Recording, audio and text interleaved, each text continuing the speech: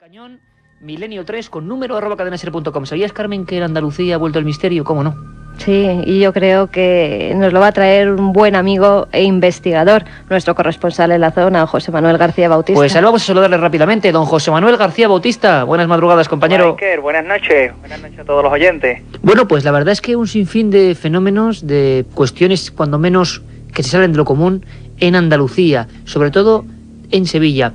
José Manuel, hablabas y teníamos noticias frescas. Casi siempre solemos de vez en cuando referirnos a ello para que la gente vea que precisamente Andalucía suele ser el foco de avistamientos ovni más importante del país. Es una pregunta que la audiencia de Milenio 3 hace constantemente. Es una pregunta que se repite. ¿Cuál es el lugar de la geografía española, de la península? Muchas veces preguntan, ¿dónde más se producen avistamientos de este tipo? Y la respuesta suele ser Andalucía, Sevilla, el Aljarafe, lugares muy concretos. ¿Dónde está nuestro compañero José Manuel? Ha habido noticias ovni, ¿verdad? Efectivamente, Iker, ha habido dos avistamientos que se han registrado a lo largo del mes de marzo, a finales del mes de marzo, el día 21 y el día 27, y concretamente ha sido en la Sierra Norte Sevillana, cerca de un paraje conocido por su lago, que es un embalse, el embalse del Retortillo, y allí se han producido dos avistamientos en esa semana del mes de marzo.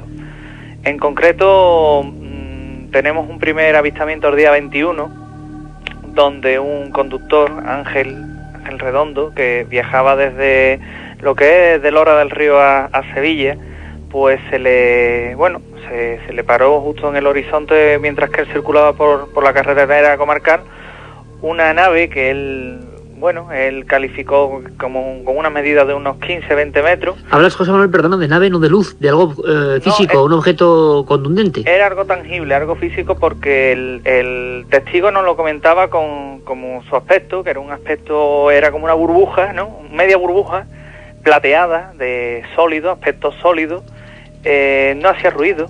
Una media luna, vamos, una especie de media luna. Exactamente. Ajá. De hecho, mi compañero Rafael Cabello ha hecho una recreación digital, recreando ese momento, y es exactamente una media luna plateada, y debajo de ella lo que nuestro testigo vio fue un juego de luces verdosas, azules, amarillentas, que se desplazaba todo lo que es la vertical de la carretera hasta llegar a la altura del coche, que le pasó justo por lo alto. Anomalías eléctricas en el vehículo y el consiguiente susto, ¿no? Total silencio.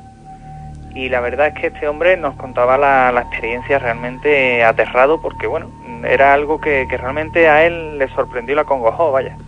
21 de marzo, hace prácticamente 20 días, y además toda una serie de referentes clásicos de lo que es el tema ovni. Efecto electromagnético, parada de motores, forma clásica, que hemos recordado en casos como Bardenas Reales en Navarra en los años 70, como en Burgos a principios del año 75, esa forma de media luna, y un objeto sobre todo totalmente físico. Un detalle que no sé si has comentado, ¿era plena noche ya, José Manuel? Ya había quedado la noche, era ya tarde.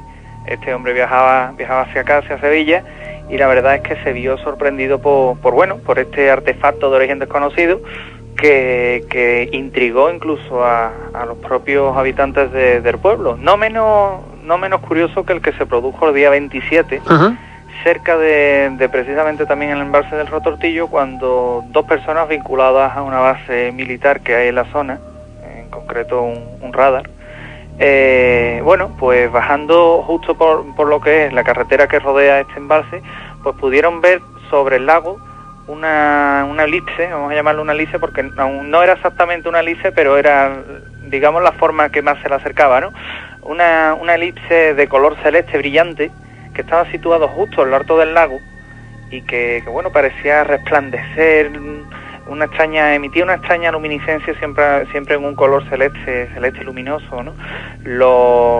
En este caso los testigos militares pues se quedaron también bastante sorprendidos por este avistamiento, que no es nuevo en la zona. Exacto, es lo que te quería preguntar, José Manuel García Bautista, nuestro corresponsal en Andalucía. Es que esa zona, tú ya has investigado varios casos incluso con presencia de seres, ¿no? De individuos al margen de las luces, de familias enteras observando ese tipo de visiones, ¿no? Efectivamente, ese fue el famoso caso de la Sierra Norte Sevillana, de lo que fueron las minas del Cerro del Hierro, y que, como tú bien comentas, una familia entera vio cómo sobre unas minas ya inexplotadas del entorno, pues aterrizaba una especies de artefactos se bajaban 4 seres, hacían allí unas especies de pruebas que dejaron pruebas físicas en el terreno, como fueron piedras cortadas y demás, y tal y como llegaron se fueron. La verdad es que bastante intrigante y bastante sorprendente. Una zona caliente dentro de una región ya caliente de por sí, como es Andalucía, que ahora mismo vibra con la Semana Santa, todavía con ecos, y lo hablamos en una ocasión, de esos misterios que esperemos no se produzcan por el pánico que a veces ocurren en las procesiones. Lo ha pasado hace unos años, reacciones que serían dignas de estudiar para Milenio 3 desde el punto de vista psicosocial. Pero José Manuel, y en un breve apunte, porque sabemos que no puedes decir todo lo que conoces, a veces un corresponsal tiene más de lo que callar porque todavía no está investigado que lo que se puede contar, pero aquí en primicia, en un edificio de un organismo público sevillano, fenómenos realmente inquietantes y hasta casi que producen cierta violencia en algunos aspectos, ¿no? Mensajes en ordenadores, puertas que se abren y se cierran, fenomenología típica de un poltergeist. ¿Qué está pasando? Pues sí, como tú bien has comentado, Iker, en un conocido edificio público sevillano de una organización social, pues desde un tiempo para acá se vienen sucediendo una serie de fenómenos anormales, claramente vinculados con lo que son la fenomenología poltergeist, ¿no? En concreto, digamos que presenta un cuadro de pisadas, pasos en lo que son las plantas superiores del edificio, con la consiguiente sobresalto de los guardias de seguridad, ascensores que suben y bajan, extrañas formas evanescentes que se pasean por la parte superior del edificio, risas, ruido e incluso lo más sorprendente, ordenadores que se conectan solos, y se conectan solos porque entre otras cosas los ordenadores los dejan apagados por las noches, se conectan solos, se siente mientras que hacen la ronda el aporrear a unas teclas, evidentemente allí no hay nadie, y cuando el guardia de seguridad investiga lo que sucede, extraños mensajes en las pantallas de los ordenadores que en estos momentos tanto mi compañero Rafael como yo nos encontramos descifrándolo porque... No son coherentes, no hay palabras que se puedan... Aparentemente, Iker, y esta sí es la novedad, aparentemente los mensajes no son coherentes, pero tanto mi compañero como yo hemos descubierto que los mensajes podrían tener una especie de simple encriptación. Y ahí estamos porque posiblemente yo calculo que en menos de 24 o 48 horas tendremos lo que significa. Pues es realmente interesante, José Manuel, porque no es la primera vez, ¿verdad?, que los ordenadores y la informática se hilan con hechos misteriosos. Yo recuerdo, por ejemplo, el caso de Vitoria en 84, de una observación supuestamente ovni en torno a una ciudad, y como varias impresoras, sobre todo una en concreto, funcionó sin corriente eléctrica, dejó una serie de mensajes en un papel en la casa del ingeniero Carmelo Daubaña en Ali. Es decir, ha habido varios casos donde, por lo menos ha habido una cierta conexión, es lógico, estamos interconectados, ¿no?, con la informática hoy en día. Y parece ser, José Manuel, que en un caso que comentamos desde Sevilla, en nuestro primer viaje al exterior de Milenio 3, en un programa inolvidable en Sevilla, nos preguntan todavía muchísimo esa historia de un solar supuestamente encantado, con suicidios alrededor, con visiones de todo tipo, con documentos que aún lo recordamos y nos siguen poniendo el pelo de punta. El solar de la calle San Luis. ¿Novedades al respecto, José Manuel? Las hay, Iker, las hay porque en estas pasadas 2 semanas tanto Rafael como yo hemos estado de nuevo con este tema, investigando unos nuevos casos que se han dado. Y el más curioso, Iker, y se lo adelantamos a la audiencia, es que unos chicos grabando un documental, una especie de cortometraje en lo que es la zona y en lo que es en el CAT, pues han tenido una serie de experiencias e incluso han registrado algo en sus grabadoras. Caramba, ¿y qué es? Nuevamente, pues en concreto ruidos extraños en los micros estos que llevan a modo de pértiga, digamos, ¿no? Y aparte de ruido, parece que la cinta tiene unas extrañas figuras que no sabemos exactamente ahora mismo lo que puede llegar a ser. El caso es que está de nuevo el tema de la calle San Luis pues abierto, porque este caso se viene a sumar también a otras series de esferas y extrañas formas humanas que se han aparecido en el edificio que fuimos a visitar allí en la calle Mercurio de Manuel Cantelar, el suicida. Un hombre que se suicidó en extrañas circunstancias, convencido de que esas luces de que aparecían en el solar iban a ir a por él, y que apareció muerto de una manera dramática, clavándose él mismo un puñal contra el esternón. Una historia dramática, como decimos, que recordábamos en el mes de agosto en Milenio 3, y como nos demuestra nuestro compañero José Manuel García Bautista, el misterio no descansa, no sabe ni de fechas ni de épocas más o menos sagradas, se mantiene constante en una zona mágica como es Sevilla. José Manuel, compañero, un abrazo muy fuerte, manténnos al tanto de todas las novedades que hay por tu región, porque sabemos que la efervescencia del misterio es así, siempre incomprensible, y en el momento en que menos se lo espera surge ese gran caso, ¿verdad? Efectivamente, Iker, tú lo has dicho. Un abrazo muy fuerte, José Manuel. Gracias, Iker, buenas noches. La otra realidad. Milenio 3. En la cadena SER. Pues ahí estaba don José Manuel García Bautista hablándonos de fenómenos poltergeist, fenómenos sobrecogedores. Os adelanto que habrá una noticia que si se confirma, que si los testigos, parte de los testigos quieren hablar, van a estar aquí y va a ser algo impresionante. O nosotros volveremos a ir a Sevilla. Un caso espantoso, de esos donde el miedo es absolutamente real, donde la gente se ha contagiado unos a otros, donde hay gente que no quiere trabajar en algunas estancias dentro de ese edificio público de Sevilla. Vamos a intentar seguir la investigación y os intentaremos informar, como siempre hacemos aquí, con los documentos, con los datos y con las voces. Cuando no damos algún dato, o algún nombre, o alguna información, es porque todavía no podemos hacerlo. Y nosotros siempre respetamos la palabra que damos a los testigos. Importante, Milenio 3, con número, milenio3@cadenaser.com, milenio3@cadenaser.com, porque desde ya Carmen Porter va a empezar a recibir vuestros mails para esta misma noche, en la recta final, daros respuesta, comentar vuestras sugerencias. Este programa lo hacemos por y para vosotros. Y ahora, una de las secciones preferidas de estas madrugadas. Hay muchas, sabéis que vamos intercambiándolas. Una que tiene un auténtico sentido, que ha sido una sorpresa. Las leyendas urbanas, las recreaciones de Katia Rocha, buscando diferentes viejas historias de esa España inmortal y auténtica. Nos vamos a una de las regiones más desconocidas, más bellas, más auténticas, más fascinantes. Extremadura, y en concreto Cáceres. Allí hubo una boda muy especial.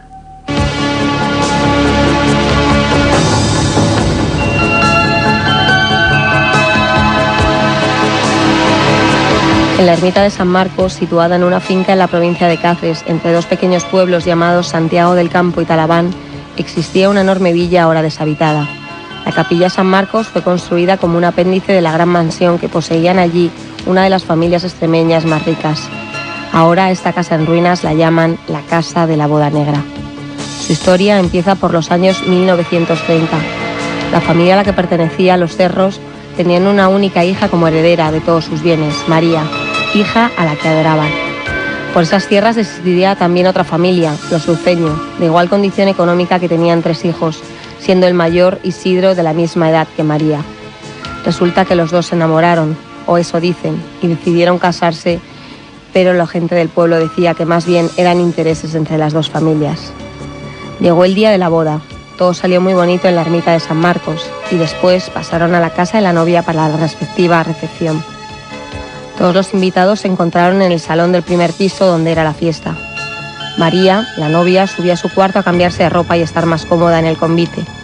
Después de un tiempo, la madre de la novia se dio cuenta de que su hija no bajaba y ya había pasado bastante rato. Acompañada de la madre del novio, subieron a ver por qué se demoraba y cuando estaban caminando por el pasillo encontraron una pierna humana ensangrentada. Las señoras gritaron. Entonces subieron sus esposos y algunas personas más que al ver la escena igual se sintieron atemorizados y el rastro de sangre les llevó al dormitorio. Un poco más allá encontraron un brazo y conforme avanzaban veían algún pedazo humano.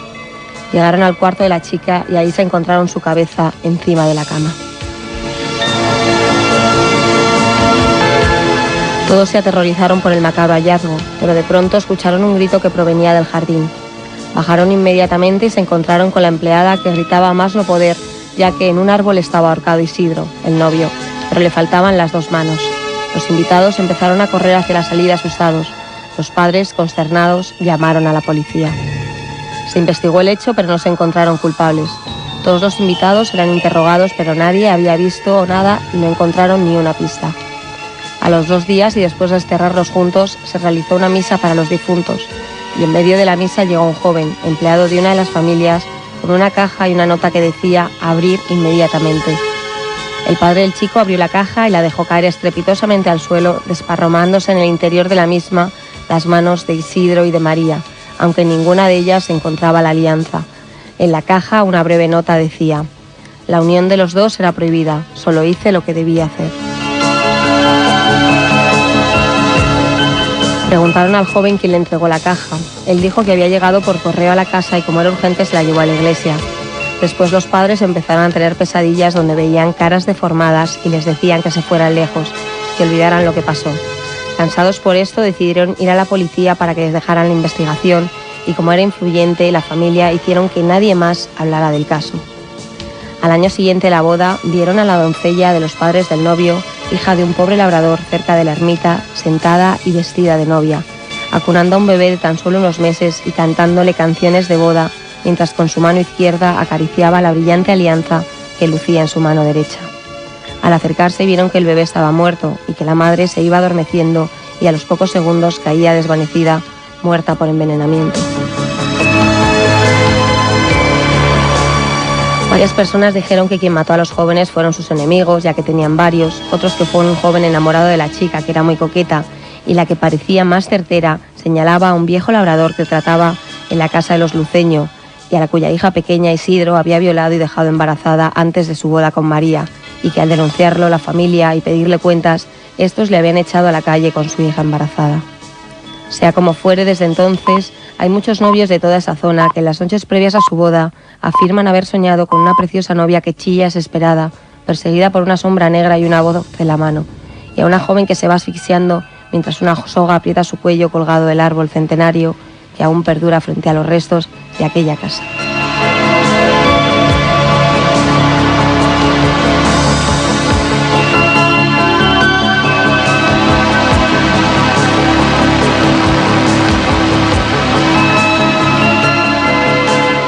La otra realidad.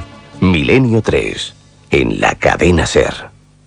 Si quieres viajar a lo desconocido, no dejes de leer El Archivo del Misterio de Iker Jiménez, los libros del tercer milenio. Colección El Archivo del Misterio de Iker Jiménez, publicado por Editorial Edad. Próximos títulos ya a la venta: La Sábana Santa de Carmen Porter, Casas Encantadas de Francisco Contreras, El secreto de la Gran Pirámide de Manuel Delgado. Hoy es 14 de abril, ni más ni menos. Y en estos dígitos pasaron muchas más cosas. Tal día como hoy, un 14 de abril en 1865, el presidente de Estados Unidos, Abraham Lincoln, es herido mortalmente en un atentado en Washington. 1965, Estados Unidos lanza bombas de napalm contra objetivos de Vietnam del Norte, causando un número indeterminado de víctimas civiles. 1974, en Herrera de Alcántara, un maestro, su esposa y un estudiante observan durante 5 minutos un objeto romboidal formado por luces brillantes y blanquecinas. En la parte superior izquierda había un semicírculo de color rosado amarillento que se convirtió en una esfera mientras el ovni se acercaba al suelo. 1988, se aprueba la ley de la televisión privada en España y ya en 1992 se produce el viaje inaugural del tren de alta velocidad AVE entre Madrid y Sevilla, el más rápido y moderno de los trenes que circulan en España. Y aquí que el tripulante principal de la nave Enterprise, a quien todos conocéis, don Carlos Nicolás, al que felicitamos porque es su 27º cumpleaños, ni más ni menos. Todo un jovenzuelo, ¿verdad, Carmen? Pues sí, que en Villara ya... Todo un pipiolo, bueno, amigo Carlos. Nosotros tampoco los tenemos tan lejos ya, esos años, Iker. Bueno.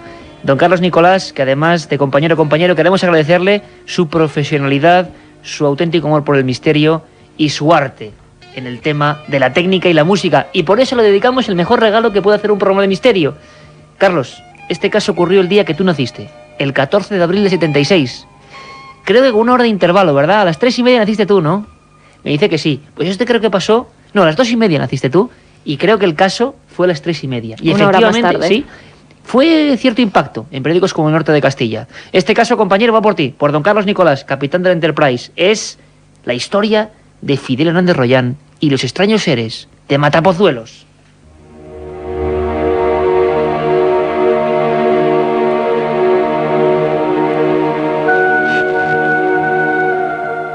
Ocurrió en las perdidas llanuras de una tranquila aldea que lleva por nombre Matapozuelos.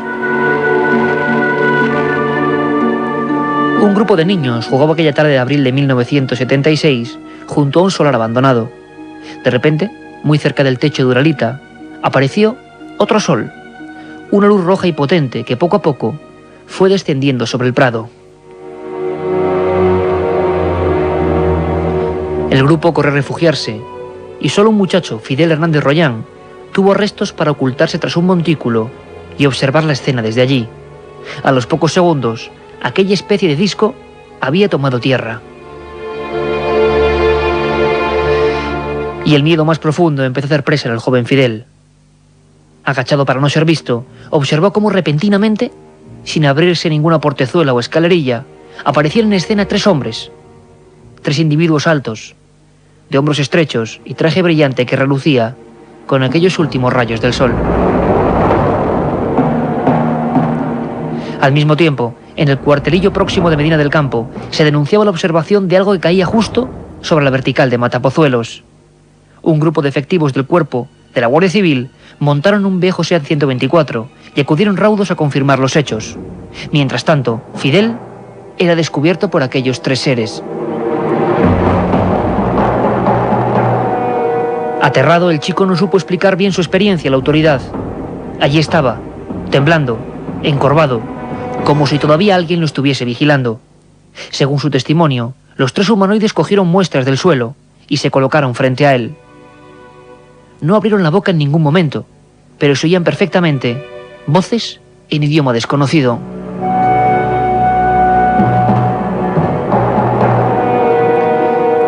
Tras elevarse expediente informativo de los hechos, aquel 14 de abril de 1976, un racimo de vecinos del pueblo comprobaron cómo una extraña huella había quedado impregnada en el lugar. Un mes después, el rotativo La Gaceta del Norte encabezaba una de sus páginas principales con el siguiente titular: Valladolid, 3 seres hablaron con un muchacho. Después de aquella página, firmada por Juan José Benítez, todo fue silencio. Un silencio de muchos años, en el que Fidel siempre se reafirmó en su testimonio. Una vivencia, una experiencia, un recuerdo que jamás podrá olvidar.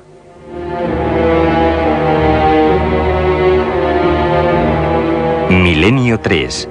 Periodismo de lo desconocido. En la SER. 3 y 38 minutos, milenio3@cadenaser.com, la vía de contacto con nuestro programa.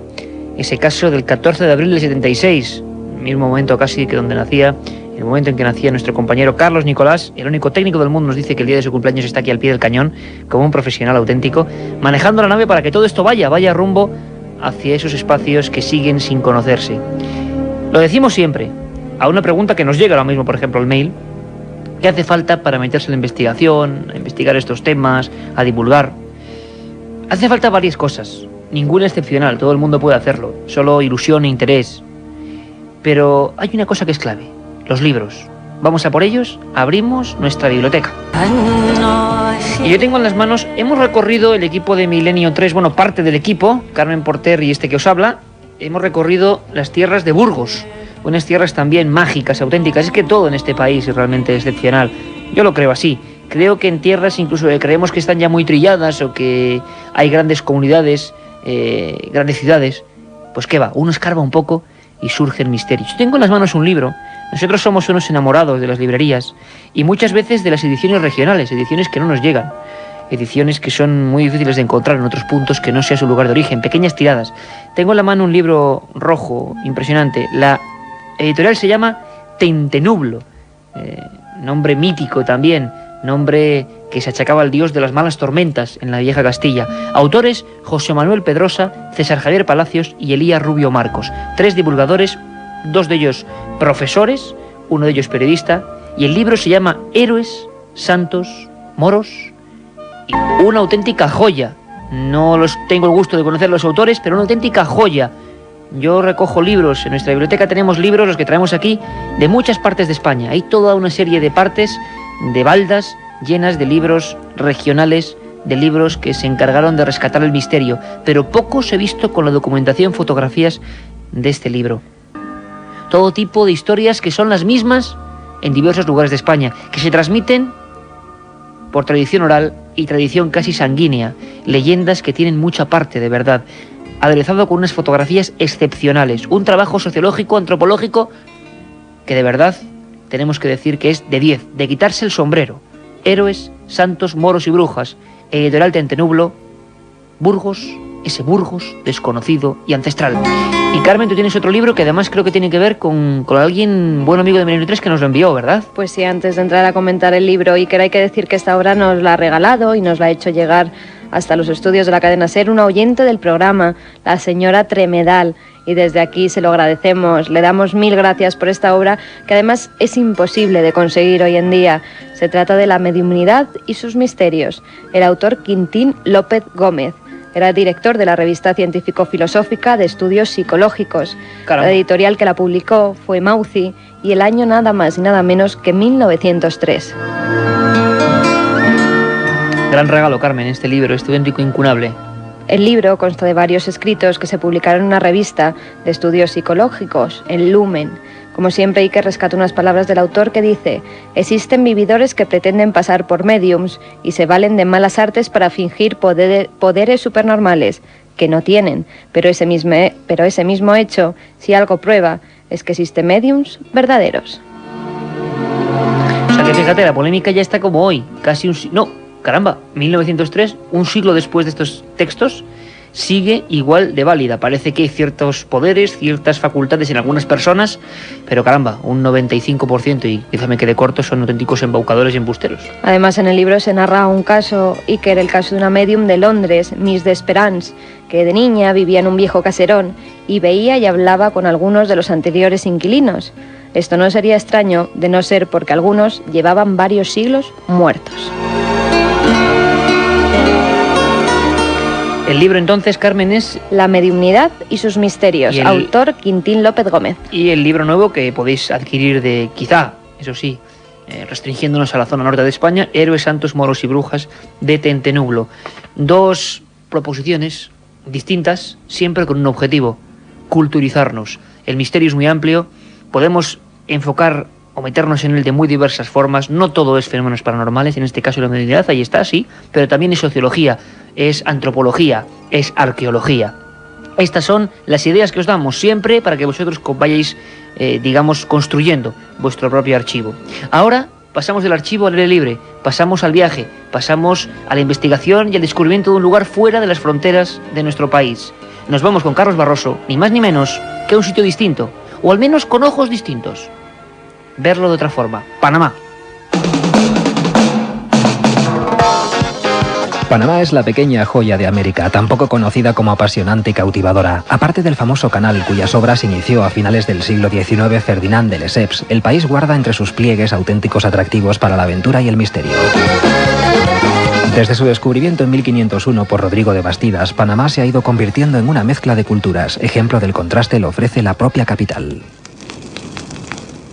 A 8 kilómetros de la moderna ciudad de Panamá están las ruinas de la antigua, destruida en el año 1671 por el pirata Henry Morgan, que la saqueó y le prendió fuego.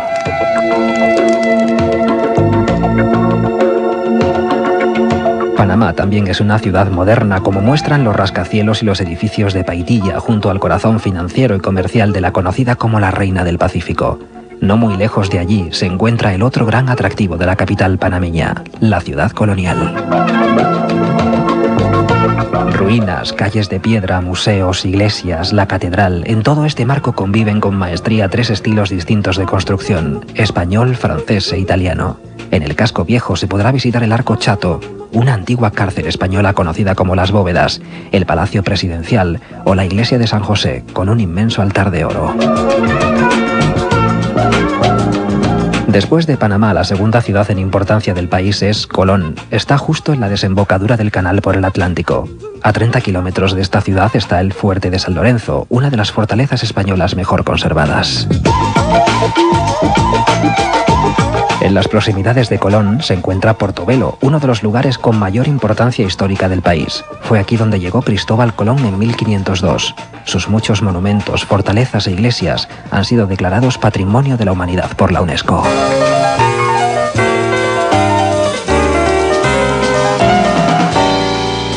En el centro de la costa del Pacífico se encuentra la provincia de Los Santos, en la península de Azuero. Posee una gran tradición folclórica y artesanal. Villa de los Santos se convirtió en el foco donde surgieron las primeras voces de independencia contra los colonizadores españoles.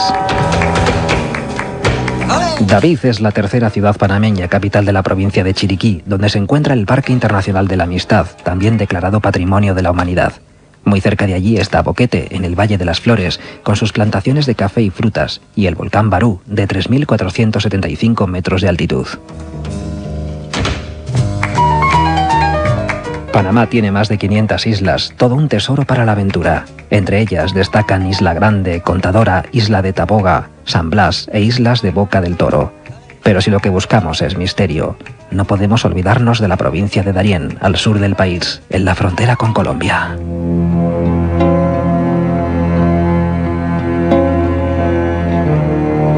Darién es la región menos explorada de Panamá. El Parque Nacional del Darién abarca un territorio de selva con más de 300 especies de aves, entre ellas el águila arpía, símbolo del país, recogido incluso en su escudo.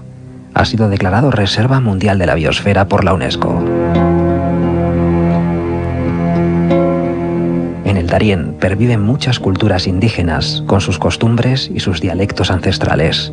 Solo se puede acceder a la región remontando el río Tuira, ya que no hay carreteras. El Tuira nos ofrece una de las historias más misteriosas y fascinantes que aún se conservan en Panamá.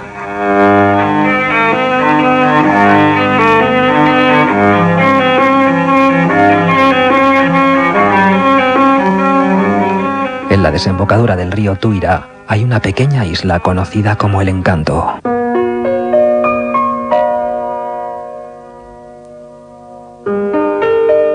Y en la de Dios la Salida.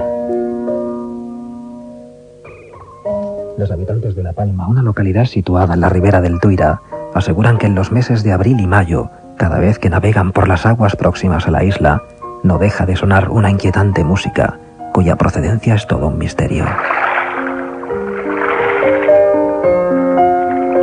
Muchas veces la música es de violín, otras se trata de una flauta, a veces de un piano, pero siempre encierra el mismo encanto de lo sobrenatural.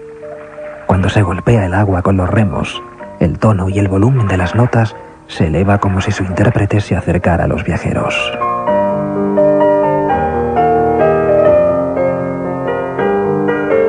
Cuenta la leyenda que los colonizadores españoles enfrentaron en ese lugar a un pirata inglés que siempre viajaba en compañía de su hija. El pirata fue condenado a muerte, pero no su hija, que fue encarcelada en la fortaleza de la Isla del Encanto. Un jefe militar español se enamoró de ella hasta tal punto que le concedió todo tipo de caprichos, a pesar de que la joven siempre le rechazaba. El jefe español le facilitaba cualquier instrumento musical que pedía a la hija del pirata, gran amante de las artes y de la música. Cansado de tanto rechazo, el principal admirador de la bella prisionera comenzó a perseguirla por los pasillos de la fortaleza. Viéndose acorralada, la joven se arrojó por una ventana a las oscuras aguas del río. Desde entonces, su música acompaña a quienes se adentran por el lugar más salvaje de la República de Panamá.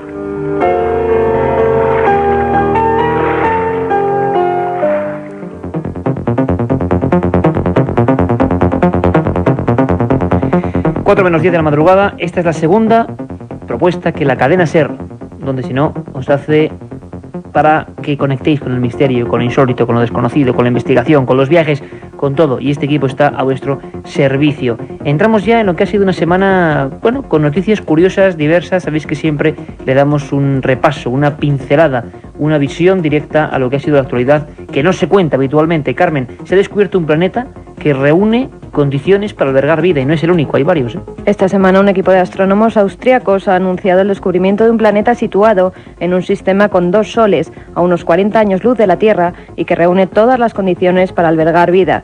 Según los expertos del Instituto de Astronomía de la Universidad de Viena y del Instituto para la Investigación del Espacio Extraterrestre de la Academia Austriaca de la Ciencia, el sistema de 2 estrellas donde está el planeta se llama Gamma Cephei y se encuentra en la constelación de Cefeus. Los científicos han calculado el tamaño del planeta, que es aproximadamente el doble que Júpiter, el mayor planeta de nuestro sistema solar, y su órbita, que equivale a 1,3 años terrestres.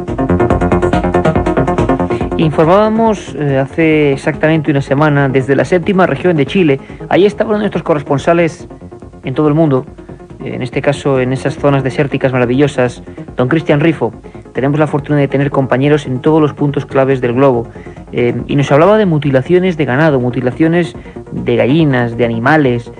Se correspondía un poco a lo que estaba pasando, recordaréis, en junio en Argentina. Tuvimos aquí a los médicos, hicimos una investigación en vivo. Parece que se han recrudecido, en vez de desaparecer, que el misterio, Carmen, pues significa que hay más mutilaciones que hace tan solo una semana. Esta semana se han dado nuevos casos en el departamento de Ligüel.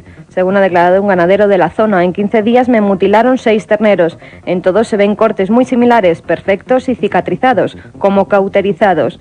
También añadió que a los animales les falta la lengua, la quijada, uno de los ojos, las orejas, el cuero desde la parte delantera hasta el inicio del pecho, la ubre a las hembras y la capadura a los machos. Exactamente igual, Carmen, que en Argentina, los mismos síntomas. Y es curioso porque en Argentina dijeron que se trataba de ratones hocicudos. Para los ganaderos de la zona no se trata de una muerte natural ni del ataque de animales carroñeros y dicen que menos de los ratones hocicudos. Más bien piensan que podría tratarse de experimentos científicos de alguna potencia extranjera. También aseguraron que los días en los que se produjeron las mutilaciones se vieron extrañas luces en el cielo. Parece mentira cómo el mimetismo que existe en algunos misterios es asombroso. Lo hablábamos en la primera media hora, de 10:30 a 11, en algunos casos muy parecidos. Pero es que esto es un calco de lo que estaba pasando en Argentina y que esa explicación absurda de aquel ratoncillo que mordía, y bueno, un ratoncillo que muerde y quema, habría que decir, ¿no? Pues se produce aquí exactamente. Veremos a ver qué conclusión nos sacan de repente cuando el tema se vaya de madre. Es siempre la misma y extraña historia. Luces en los cielos en los mismos tiempos o épocas o instantes o lugares donde ocurren estas mutilaciones. Y luces en el cielo incluso grabadas en el aeropuerto de Kota Kinabalu, en Malasia, Carmen. El pasado viernes las cámaras del Aeropuerto Internacional de Malasia captaron a un extraño objeto que sobrevolaba la Terminal 2 hacia las 7:06 de la tarde. Aunque desde la torre de control lo vieron todos los trabajadores en las pantallas de radar, no se observaba ningún eco extraño, pero sí aparecía en las pantallas de un avión Fokker que había despegado 3 minutos antes. También un guarda de seguridad aseguró que pudo contemplar el objeto durante varios minutos, que volaba a gran velocidad, que no hacía ningún ruido y que desapareció tras las cercanas colinas Kia. Y Carmen, los kenianos, que más o menos han sido obligados por cuestiones de respetar el medio ambiente a fabricar ataúdes de plástico. La ministra de Medio Ambiente de Kenia, Wangari Maathai, ha decidido que los kenianos deben enterrar a sus muertos en ataúdes de plástico para así prevenir la destrucción medioambiental. Según la ministra, se talan numerosos árboles para fabricar ataúdes y así enterrar a las 700 personas que mueren al día en Kenia. Para ella, la solución sería utilizar ataúdes biodegradables, plásticos o sintéticos, que además serían más baratos. También ha asegurado que esta nueva forma de enterramiento no es irrespetuosa y además no pone en peligro el futuro de los bosques. ¿Qué cosas? Así que, bueno, ha habido todo tipo de noticias y lo que es lógico y consecuente es que con tantas informaciones, tantos mails, tantos envíos que nos hacéis a milenio3@cadenaser.com, dediquemos más tiempo, estos últimos 5 minutos, a estar con vosotros, a comentar vuestras cartas. Sabéis que durante toda esta semana está abierto el mail, siempre dispuesto, milenio3@cadenaser.com, para que nos planteéis vuestros programas. Una cosa muy importante, Carmen, hay que destacarlo. Próximo viernes de 9:30 a 11, Viernes Santo de 9:30 a 11, programa especial que además tendrá mucho que ver con un magnífico libro tuyo que se llama Misterios de la Iglesia. Vamos a hablar de estigmatizados, de heridas de la pasión de Jesús en ese día tan significativo. Vamos a hablar de fenómenos místicos, de casos que han sido prohibidos por la propia Iglesia, auténticos expedientes X españoles. La cita, viernes de 9:30 a 11, no os lo perdáis. Y vamos allá con los mails, Carmen, que tenemos un montón.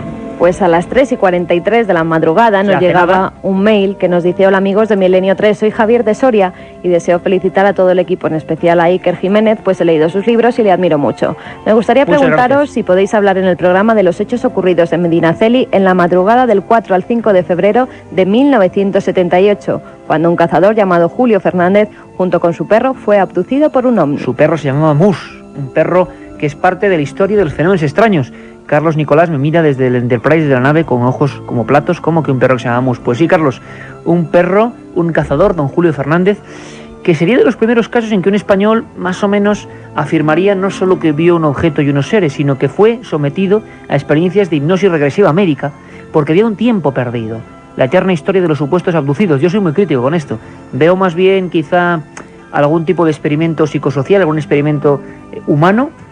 Sería muy largo hablar todo esto, haremos un programa apasionante, seres de otro mundo extraños o realmente personas científicas que están haciéndonos creer eso y que están investigando con cobayas humanas, que están creando espacios y casi haciendo operaciones y vivisecciones a veces a algunos seres humanos? Ha ocurrido en varios sitios. Julio F., Medinaceli y Soria, dedicaremos un programa entero a ese tipo de casos, prometido. Hugo Menéndez Blanco nos dice, ¿sabéis alguna página donde pueda haber leyendas? Pues sí, acabamos de encontrar una, leyendasurbanas.org. Leyendasurbanas todo junto, .org, con las 3 W delante. Y desde México nos escribe nuestro amigo Manuel Canete. Nos dice, admirado señor Iker Jiménez, le escribo desde el Distrito Federal para mostrarle mi admiración por el gran trabajo que están desplegando con su programa Milenio 3 en la red y su labor de radiodifusión en España y el mundo, como dice en su programa. En México somos muchos los que le seguimos y cuenta usted con grandes amigos acá. Le doy la enhorabuena por el increíble esfuerzo y trabajo de su genial equipo. Usted me parece un fenómeno de la comunicación, unas de estos temas que tiene una gran profesionalidad. Por acá se le compara con el señor Benítez. Bueno, esto ya es como un poco, de verdad que no estaba preparado, ha llegado el mail y claro, Carmen lo ha leído, pero para acabar quisiera pedirle, que es lo que más destacamos, que tocara algún día el tema de la Virgen de Guadalupe. Bueno, sí es interesante.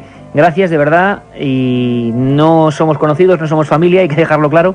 Desde México, muchísimos amigos, muchísimos mails. Trataremos ese tema, esas últimas investigaciones de la NASA, de especialistas de la NASA, en esas imágenes que surgen dentro del ojo de una propia imagen, de esa Virgen de Guadalupe tan venerada en México. Ojalá un día podamos viajar allí. Quizá en junio estaremos allí, ¿verdad, Carmen? Sí, ojalá se haga realidad. Y si estamos en junio, hablaremos desde México para toda la cadena SER, claro que sí. Y el último mail que nos dice, hola, me llamo Javi, me encanta vuestro programa, me tenéis despierto hasta las 4 todos los domingos. Soy de Galicia y me gustaría que contarais alguna vez alguna leyenda o misterio que haya ocurrido en la ciudad de A Coruña. Pues en A Coruña han pasado muchísimas cosas, sería imposible destacar solo una. Pero bueno, como hemos hecho el primer programa, Carmen, sobre figuras extrañas, caso Saucedilla, caso La Cañada, voy a remitirme a un caso que ocurrió y que hemos mencionado en Penamoa, una barriada muy cerquita precisamente de la Torre de Hércules. Allí en la prensa salió destacada en varios días los miedos, las batidas y los disparos incluso. Se pensó incluso en un gorila que se había escapado del circo cercano, luego se supo que no. Bueno, se hablaba de una especie de individuo extrañísimo, movilización de la policía municipal. Pasó en Penamoa, La Coruña, 1985. No hay tiempo para más, nos vemos el viernes de 9:30 a 11, esa es la cita, Milenio 3, programa especial de Viernes Santo, no nos falléis, gracias de todo el equipo.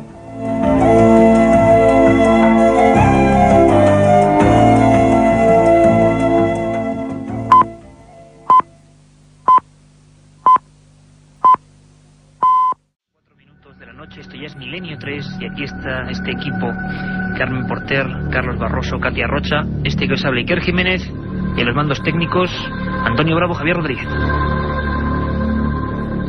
Lo escuchábamos en Argentina, nuestra corresponsal hablaba de un extraño ser andando sobre 2 patas, de aspecto bastante grotesco, y que mantenía en vilo a autoridades, investigadores, civiles. Había atacado a varios caballos y las últimas noticias incluso es que había agredido a varias personas. De repente, por sorpresa, un animal puramente criptozoológico. Y esa palabra va a ser la que brujule nuestro programa de hoy, la criptozoología, una ciencia joven, una disciplina todavía convulsa, porque hay personas que, digamos, la asocian a lo fantástico, a lo improbable, a lo acientífico, y otros, sin embargo, que creen que desde hace siglos ya hay auténtica criptozoología universitaria, personas que se encargan de descubrir y a veces redescubrir esos animales que parecían perdidos, que se extinguen y vuelven a aparecer, auténticos enigmas vivientes. Esto está ocurriendo ahora en Argentina, ahora mismo, esta semana. Y este animal concreto, que va a ser nuestro protagonista, esta especie de monstruo con garras, con algunos rasgos humanos y que emitía aullidos, va a ser, como digo, un eje central. Nos sonaba mucho, nos parecía el de otros casos en Brasil, Puerto Rico. Intentamos realizar una investigación esta semana para perseguirlo en el sentido de identificarlo, de saber qué puede ser, de saber si este animal está en algún sitio. Y nos hemos encontrado con un montón de sorpresas. Antes de eso, antes del viaje de hoy completamente alucinante, Milenio 3 quiere recordar algunos aullidos misteriosos. Podían ser los mismos, podían ser los que emitía este ser en Argentina esta misma semana. Batidas, escopetas, rifles en busca de un misterio. Aquel individuo se lamentaba y muchos vecinos de ese municipio de Salta hablaban del terror que les producía ese lamento en la oscuridad. Un lamento que diversos científicos en diversas partes del mundo han ido registrando con grabadoras y medios digitales. Nosotros, si lo recordáis, si nos seguís hace tiempo, en el mes de julio más o menos hablábamos del Yeti, quizá algo muy parecido. Hablábamos con personas como César Pérez de Tudela que lo vieron, que estuvieron ante él, y hablábamos con investigadores norteamericanos y europeos que habían registrado el sonido de los lamentos de este ser, concretamente estos.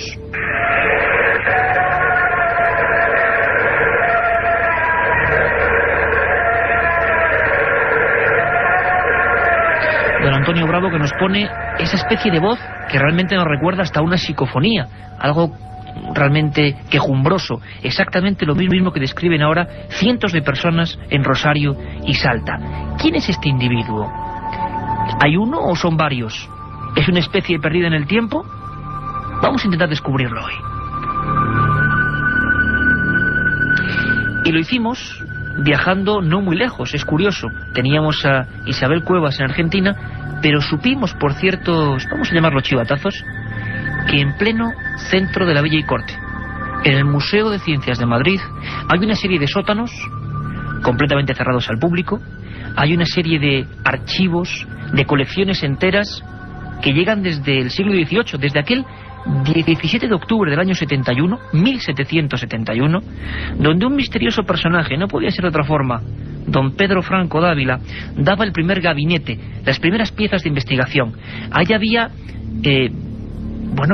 auténticas maravillas que habían costado vidas humanas, las primeras expediciones de españoles en busca de animales perdidos en las colonias, en busca de especies nuevas que catalogar, y entre ellas había monstruosidades criptozoológicas, animales que todavía hoy, mientras estamos ahora mismo hablando, siguen allí, en un viejo y frío sótano, sin catalogar.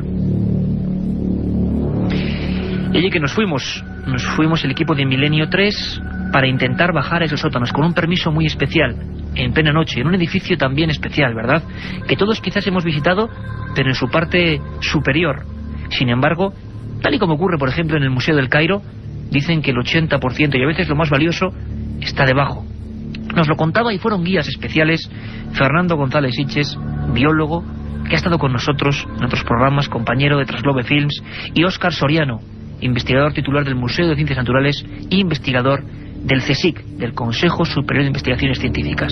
Óscar y Fernando, dos auténticos criptozoólogos, dos personas, fascinadas con el descubrimiento de nuevas bestias, de animales que dieron paso a la leyenda, de auténticos monstruos vivientes. Qué mejor compañía, ¿verdad?, para ir por los viejos sótanos del Museo de Ciencias de Madrid. Antes de bajar hacia ese abismo, le preguntábamos a Óscar si era cierto la leyenda del propio edificio, una leyenda que nos habla que en la Guerra Civil se perdió gran parte de aquellos monstruos, algunas colecciones. Esa leyenda que nos habla de masones, de la masonería, como auténticos guardianes de algunos secretos de ese sótano. Y de prácticamente 40 años, lo que duró el franquismo, de absoluto abandono de ese lugar, de un lugar que ellos encontraron casi fantasmagórico. ¿Nos lo cuenta Óscar? En principio, cuando estalla la guerra civil, pues el museo se protege y no hay ningún problema. Pero cuando las tropas nacionales entran o van a entrar en Madrid, muchos de los investigadores que había entonces, conservadores, pues se tiene una cierta idea de que eran masones, ¿no? Entonces se exilian, masones y republicanos, ¿no? Se exilian la mayoría de ellos a México y el museo queda en un olvido absoluto. Ese es el problema. Y no se retoma otra vez hasta el año 75, casi, con la muerte de Franco. Realmente debía haber una relación estrecha entre la investigación en aquella época y la masonería. Digamos que un cierto ambiente de la cultura estaba muy relacionado con los masones, o eran masones, vamos. Y ahí estábamos, ante unas puertas de metal, bajando o viendo unos túneles de ladrillo que descendían hasta esa especie de infierno de la criptozoología, donde había no solo animales criptozoológicos, sino también lo que llaman ejemplares tipo, y nosotros aprendemos cada día, cada emisión de Milenio 3, ejemplares tipo que nunca se exponen. Son los seres, los animales, las criaturas más perfectas de su especie y que por ella ya se catalogan y que nunca pueden ser vistas por el público porque son demasiado valiosas. Y allí estaban, abajo, en una serie de inmensos arcones. Así que sin más preámbulos, fuimos, esta vez en compañía, encabezados por Fernando González Iglesias, bajando por ese sótano hacia los museos ocultos del Museo de Ciencias. La magia de meternos donde vamos a entrar ahora, que son lugares que no puede entrar el público normal y que guardan algunos de los que todavía son animales que quedan por clasificar o inclasificados, como te he contado antes también, Óscar. Vamos a ver animales tipo, y ahí en las colecciones no solamente es el valor que tiene el animal en sí, sino que muchos de ellos pues están capturados en las expediciones antiguas de 1700, cuando se estaba empezando a descubrir un poco la historia natural real, el mundo real que tenían detrás todas estas leyendas. Y aquí vamos a ver algunos de estos grandes animales, animales como el perico ligero, que era el perezoso, como imagínate lo que fue en aquella época cuando de verdad te enfrentabas, por ejemplo, al Amazonas y ibas a recolectar los animales para hacer estas colecciones. Iba recolectando desde insectos gigantes, pues peces desconocidos que aún hoy en día, cada vez que un grupo científico se mete en el Amazonas, saca un montón de nuevas especies. Pues todo esto es lo que vamos a ver ahora en las colecciones, ¿no? Que tiene un encanto maravilloso. Nunca más acertado, encanto maravilloso, cosas que no puede ver el público y que Milenio 3 estaba ahí para mostraros con los micros amarillos a toda España y a todo el mundo. Y fuimos poco a poco descendiendo. Regresamos en un momento.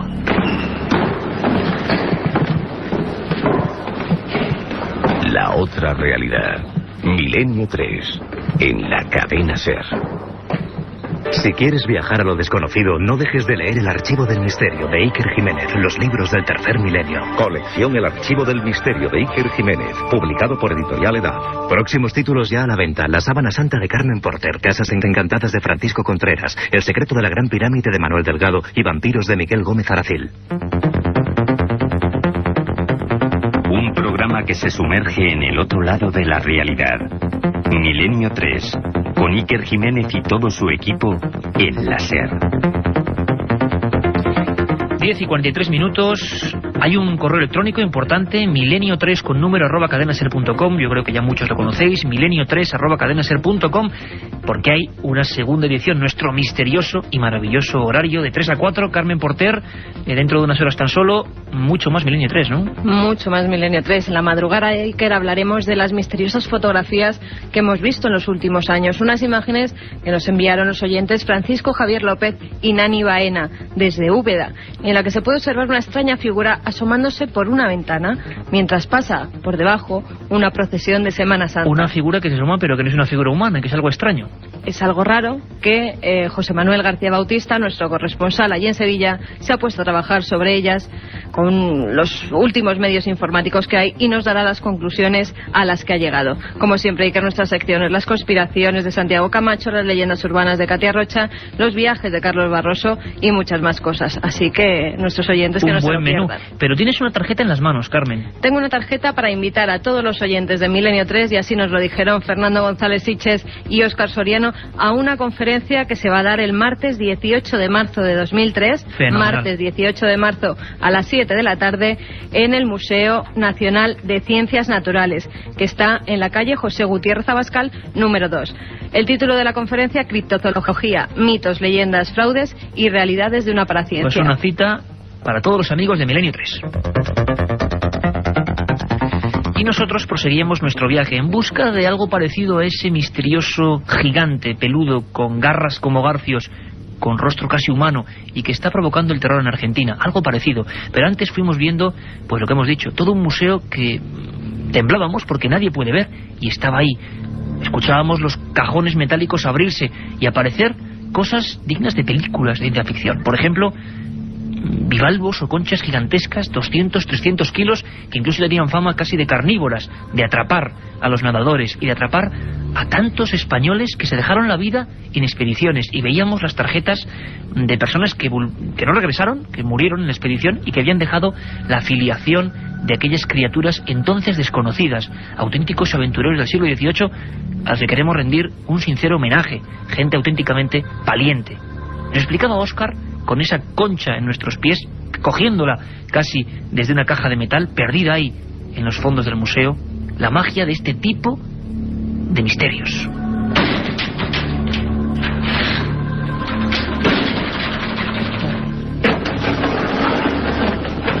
Es una tridacna Es una almeja gigante, como veis, del Indo-Pacífico, que tenía fama antiguamente de que cuando bajaban los submarinistas y por descuido metían la pierna entre las dos valvas, se podía cerrar y se ahogaban. En esta expedición murieron varios investigadores por las penosas condiciones en que vivían, dado que no les llegaba el sueldo, la desorganización era total. Entonces vivían en una penuria casi absoluta, vivían casi en algunos casos de la caridad de algunos acomodados curiosos de la biología que al verles llegar pues les invitaban a su casa, ¿no? En muchas situaciones pasó esto. En fin, la cosa fue bastante desgraciada. Fue una expedición realmente romántica, ¿no? De las expediciones más curiosas y más llamativas que han hecho españoles, ¿no? En este sentido naturalista. Pues auténticos aventureros. A veces perdemos la perspectiva de las gestas, no solo en batallas, en guerras. Los hombres también han muerto en busca de saber más de este maravilloso planeta azul que compartimos, estamos seguros, con un montón de especies desconocidas. Antes lo decía Fernando Iglesias en una frase tremenda, que es, cada vez que alguien científico va al Amazonas y se sumerge como si fuese, pues una boya, descubre decenas de nuevas especies que hasta hoy nadie conocía. No pudimos resistir la tentación. Sabéis que parte del equipo de Milenio 3 estuvo en busca del calamar gigante, que lo hicimos y fuimos el único medio de comunicación que en septiembre nos embarcamos en Luarca en busca del kraken, y lo vimos, y ese maravilloso micrófono amarillo tocó. El final del programa era tocando un kraken recién sacado de casi 6 metros, y vimos una sala tan misteriosa como las demás, en esos sótanos donde ponía cefalópodos, gigantescos pulpos. Casi nos pareció ver a los diabólicos vampiroteutis. Bueno, nos metimos allí. Ahora vamos a los fondos del museo donde tiene Óscar la colección de cefalópodos, que os va a encantar. Bueno, ahora bajamos por una vieja escalera, las paredes son de ladrillo, hay algunos huecos, y bajamos al sótano del Museo de Ciencias.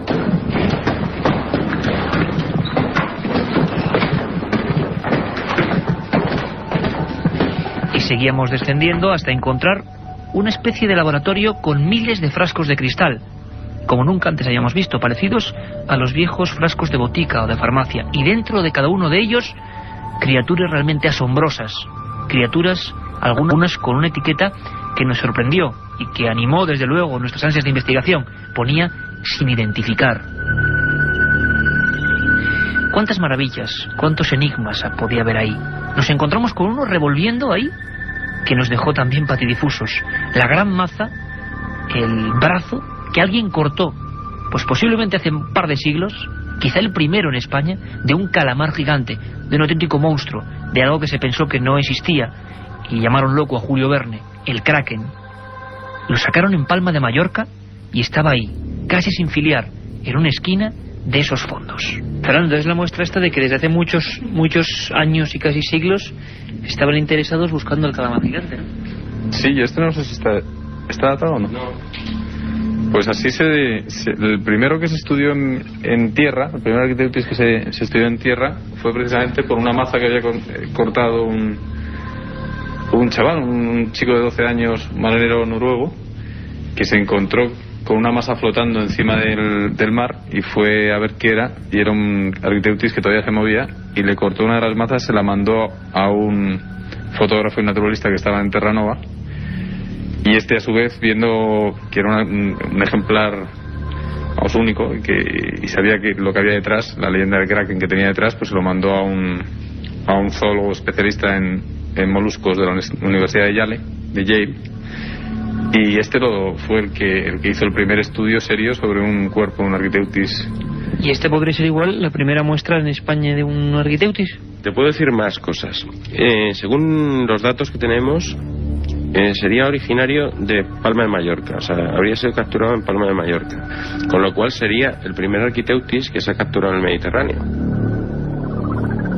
Y así en vivo, en directo, descubríamos cosas ahí escondidas y que son importantísimas para el conocimiento de nuestras especies. Se habla de que conocemos 1 millón y pico de especies concretas, por ejemplo, marinas y que hay muchísimos más absolutamente desconocidos, que tan solo un mínimo porcentaje de lo que se oculta en las aguas es conocido por el ser humano. Y la famosa frase de que conocemos mejor el espacio, por lo menos el espacio más o menos cercano al sistema solar, que nuestros propios mares. Por cierto, hablando de calamar gigante, sabéis que Fernando González es una auténtica persona enamorada de la persecución del calamar gigante, y con él compartimos una expedición inolvidable y un programa absolutamente inolvidable. Y también se va a hablar, y también hay una exposición dentro de poco en el Museo de Ciencias, donde la gente, tal y como vimos nosotros, va a poder ver aquellas capturas, va a poder ver quizá por vez primera, va a poder acercarse a esos gigantescos cadáveres de calamares que nos recuerdan a 20.000 leguas de viaje submarino, Carmen. Exactamente, Iker. Hay una exposición que durará desde el 18 de marzo hasta finales de septiembre. En ellas hay varios ejemplares de kraken y también pues podrán ver maquetas de otros calamares gigantes. Incluso están recreadas las cabinas, ¿te acuerdas, Iker, de cuando estábamos en el barco intentando grabar esos calamares gigantes? Igual que las cámaras submarinas que sumergimos a tantos metros de profundidad para ver si lográbamos captar o capturar imágenes de esos animales. Que al final no se pudo, al final el kraken volvió a ser esquivo y no se dejó grabar, pero va a haber, una exclusiva, va a haber otra expedición de nuevo a buscar ese animal. Y sobre todo, importante, el museo es el de Luis Laria en Luarca, el más importante, donde están la mayor colección de calamares gigantes del mundo. No tenemos nada que envidiar ni España, no tenemos nada que envidiar, digo, a Estados Unidos, a Nueva Zelanda, a los que van por el mundo hablando de grandes capturas. En España, en la costa cantábrica, la mayor colección de la historia. Y junto a estos cefalópodos, junto a estas mazas misteriosas, había otro compartimento, todavía más oculto si cabe. Yo me quedé fascinado porque estoy seguro que, como muchos oyentes de Milenio 3, tenemos un respeto casi atávico al mar. Nos da, no voy a decir miedo, pero sí ese desconocimiento profundo que remueve todas nuestras inquietudes. Ahí había peces increíbles. Fernando incluso nos hablaba de antiguos enigmas medievales. En los orfebres, los que hacían antiguas piezas decorativas, dibujaron algunos peces como el celacanto, peces prehistóricos que no se redescubrieron hasta el siglo XX, que los naturalistas no conocían, que solo a partir de los años 30-40 del siglo pasado supimos cómo eran, y sin embargo en el medievo ya se dibujaban. ¿Cómo era posible? Historias que íbamos descubriendo paso a paso en el gabinete de los peces extraños. Estamos viendo el esqueleto de una especie de anaconda gigantesca, de aspecto bastante extraño, y sobre una pared aquí de hormigón tenemos una especie de pez raya culminado con una sierra, algún tipo de protoespecie del pez sierra, disecado y colocado aquí pues desde los primeros tiempos en que Carlos III pues inauguró este museo. En el norte de España, los orfebres de la Baja Edad Media, no se sabe por qué ni a qué se debió, pero hicieron distintas representaciones de celacantos como ofrendas votivas y aparecieron, todavía en la actualidad se pueden ver en alguna de las iglesias. Creo que hay una bastante conocida en una iglesia de Bilbao. Entonces nadie sabe cómo es posible que un animal que se descubrió en el siglo XX ya sabían cómo eran, y además el celacanto es un animal que no puede dar lugar a confusiones, ¿no? La forma de las aletas y la forma del cuerpo, y no se sabe por qué. Y no se sabe por qué. Muchas de las incógnitas acaban con esta misma pregunta: ¿cómo es posible que en el siglo XII-XIII se describiesen animales? Pasaba también en un lugar en Tiahuanaco, en Bolivia, de los que el hombre no sabía completamente nada. Son animales que se extinguen y vuelven a aparecer. Ese es uno de los enclaves fuertes de la criptozoología. Uno de los animales que es casi leyenda, que ya no existe y que intenta ahora genéticamente reconstruirse, es el diablo de Tasmania, un animal muy agresivo que se llama tilacino. Poca gente sabe que en los sótanos del Museo de Ciencias de Madrid hay un tilacino, auténtico lobo marsupial que llevaba a sus crías en la tripa, con rayas, de una agresividad tremenda, y que por eso fue extinguido por el ser humano. Hoy, una de las grandes joyas a la que se dedican libros, el diablo de Tasmania, y ahí lo teníamos. El lobo marsupial es un marsupial de distribución en Tasmania y en Australia. Es un animal que se fue perseguido porque era carnívoro y causaba daños, y esto conllevó su presunta extinción. No se han vuelto a encontrar ejemplares desde mediados del siglo XX. El último ejemplar murió en un zoo, y bueno, pues aquí tenemos un ejemplar extraordinario. Un ejemplar extraordinario. Pero nosotros, ya finalizando nuestro viaje, teníamos en la mente qué demonios podía ser esa criatura de Argentina. Una especie de oso hormiguero, algo gigantesco. Parecía un simio también, envuelto en pelo, con garras, y que comía caballos y animales. Y descubrimos lo que nos dejó ya completamente sin habla: el megaterio, una especie de animal entre la leyenda y la verdad, cuyo esqueleto está en esos sótanos. Una especie de animal que no se conocía que fuese carnívoro, pero sí que vivía en esas zonas de Argentina. El megaterio. Nos explicaba Óscar Soriano. El gran perezoso, que tenemos aquí el ejemplar con el que se describió, ¿no?, con el megaterio de Argentina. ¿Podríais contarnos un poco cómo son esas especies para la gente de la radio que no va a saber? El megaterio es un mamífero de gran tamaño. Tendrá Lo más curioso es que cuando se montó, porque aquí tenemos un esqueleto, se montó mal. O sea, se pensó que era un cuadrúpedo, o sea, que andaba con las 4 patas, cuando era más bien parecido a un perezoso, y su postura natural era sobre las 2 patas traseras, agachado. ¿El último corte?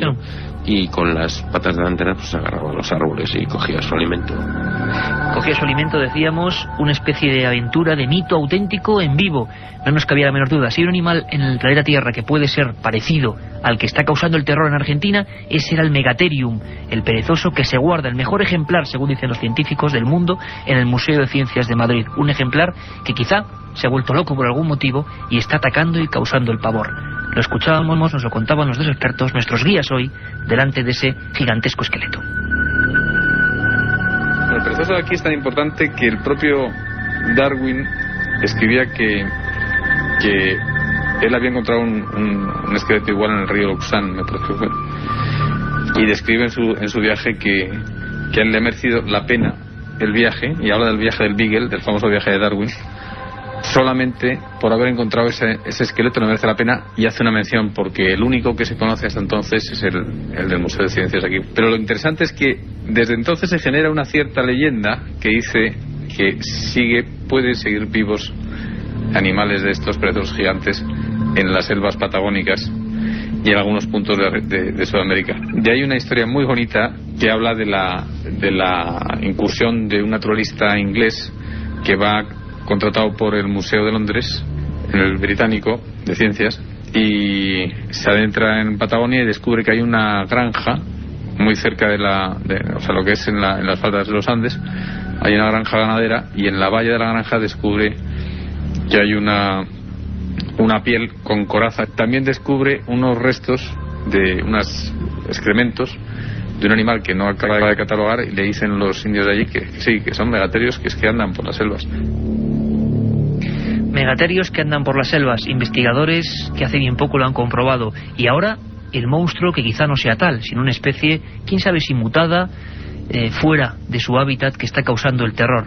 Parecía mentira, pero la noticia surgió en Argentina y acababa en los sótanos del Museo de Ciencias, una aventura apasionante, delante del megaterio, delante de ese ser que quizá, quién sabe, aullaba de esta forma.